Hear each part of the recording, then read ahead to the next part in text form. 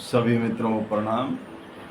सत साहेब साहेबन, प्रिय सत्संग प्रेमियों, जो मानव जीवन मिला है,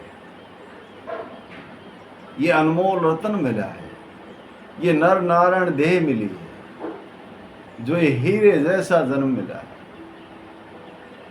ये बेहोशी के लिए नहीं है। ये मानव जीवन एक होश की यात्रा है, एक सजगता की यात्रा है। बेहोशी में कोई पार नहीं हुआ। बेहोशी की यात्रा डूबने की यात्रा है, और जिसके अंदर होश है, होश की यात्रा करने वाला भौतिकवाद में भी कामयाब होगा, आध्यात्म में भी कामयाब होगा। तो ये जो यात्रा है, मानव यात्रा है, मानव जीवन की जो यात्रा है, ये होश की यात्रा है, बेहोशी की नहीं। होश कैसे आएगा? जब तक कि कोई सच्चा गुरु नहीं मिलेगा, जब तक कोई शब्द का भेदी गुरु नहीं मिलेगा, जब तक कोई ऐसा गुरु नहीं मिलेगा इसके स्वयं के दर्शन स्वयं को करा देगा, जब तक कोई शब्द का भेदी गुरु उस ब्रह्म में इसका विचरण कराने वाला गुरु, सत्य के मार्ग पर चलाने वाला गुरु, इसको होश में लाने वाला गुरु नहीं मिलेगा, तब तक ये बेहोशी में रहेगा, अपना जीवन यात्रा बेहोशी में रखेगा। जब कोई गुरु मिल जाता है, सच्चा गुरु मिल जाता है, तो इसको सूते हंस को जगा देता है। यह हंस रूप था जब इस संसार में आया, इसका स्वरूप हंस का था। ये जानता था सब, ये सजग था, होश में था, लेकिन इस माया के प्रपंच में आकर के ये बेहोश हो गया। इसको होश नहीं है। ये पदार्थों की आपाधापी में, इस माया की आपाधापी में, मैं मेरी के चक्कर में फंस करके अपने स्वरूप को भूल गया, स्वयं को भूल गया। मैं कौन हूँ, मैं इस संसार में क्यों आया हूँ, मेरा आने का कर्तव्य क्या है, उस सब को भूल गया। आपने देखा होगा, जब छोटा बच्चा गर्भ से बाहर आता है, तो जब वो 6 महीने का 4 महीने का होता है, तो माता उसको पालने में लटा देती है, और बच्चा अपने आप हंसता रहता है, खेलता रहता है। तब तक उसको पीछे की बातें याद हैं, पीछे की बात उसको याद है। और उससे भी पहले अगर थोड़ा आ जाएं, आपने देखा होगा, जैसे बच्चा गर्भ से बाहर आता है, तो जिस भी कमरे में रहता है, अगर उसकी लाइट चली जाए तो बच्चा रोने लग जाता है, और जब कोई कैंडल जला दिया जाता है तो बच्चा चुप हो जाता है। इसका कारण क्या है? इसका कारण सीधा कारण एक ही है कि बच्चा जब अंदर था, घर में था, वो प्रकाश से जुड़ा हुआ था, रोशनी से जुड़ा हुआ था, उसकी सूरत उस प्रकाश से जुड़ी हुई थी। वो बाहर आकर के भी उस प्रकाश से, आपने देखा होगा, जो छोटा बच्चा बेड पर लेटा होता है तो उसका ध्यान रोशनी की तरफ रहता, प्रकाश की तरफ रहता। तो गर्भ में भी वो प्रकाश से जुड़ा हुआ था।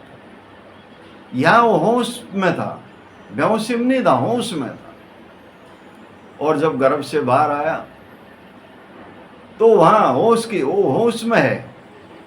उस यात्रा में जब धीरे धीरे धीरे धीरे आगे बढ़ता है, जब बच्चा 4-6 महीने का होता है तो अपने आप हंसता रहता है, खेलता रहता है।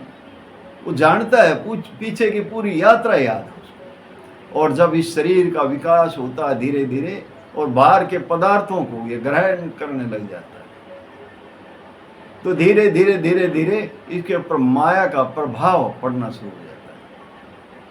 और बच्चा जैसे जैसे बड़ा होता है तैसे तैसे इसको माया पूरी तरह घेर लेती और ये अपनी सारी यात्रा भूल जाता है। फिर ये माँ को जानने लग जाता, माँ, पापा, दादा, दादी, बुआ, ये सारे रिश्तेदारों में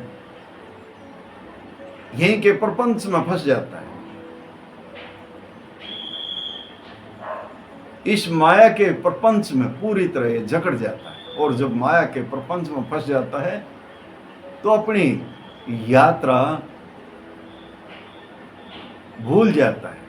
वो चैन इसकी कट गई। जो प्रकाश देखता था, जो अपने आप हंसता रहता था, वो यात्रा बाधित हो गई, वह चैन टूट गई। वो सूरत वहां से जुड़ी हुई थी, प्रकाश से जुड़ी हुई थी, वो यात्रा बाधित हुई जब कोई सच्चा गुरु इसके सानिध्य में आता है।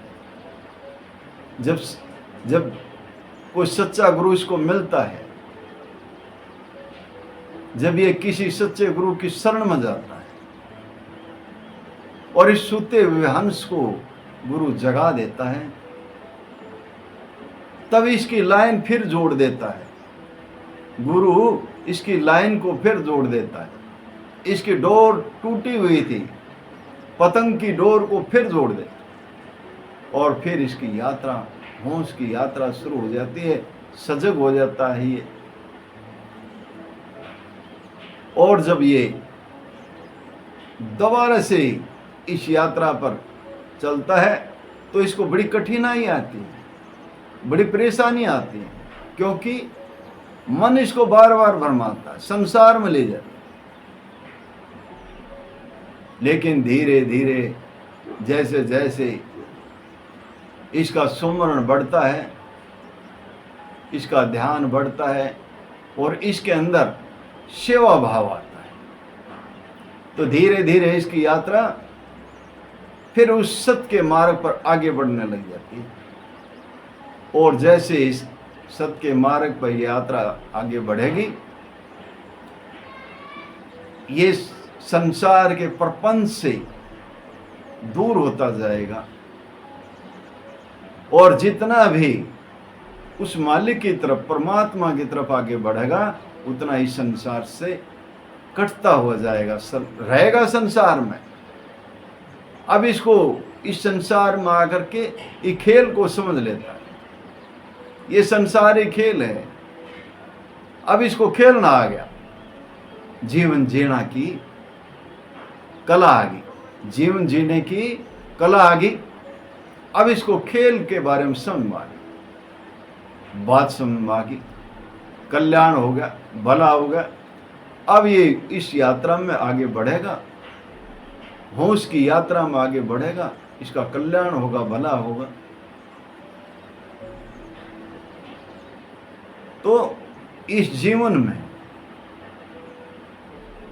मुख्य बात किसी सच्चे गुरु का सानिध्य प्राप्त करना है। और सच्चे गुरु का सानिध्य प्राप्त हुआ तो इसका कल्याण होगा, भला होगा।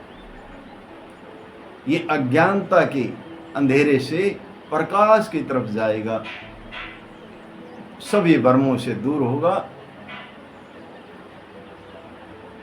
और ये आध्यात्म के मार्ग पर छलांग लगाता हुआ आगे बढ़ेगा।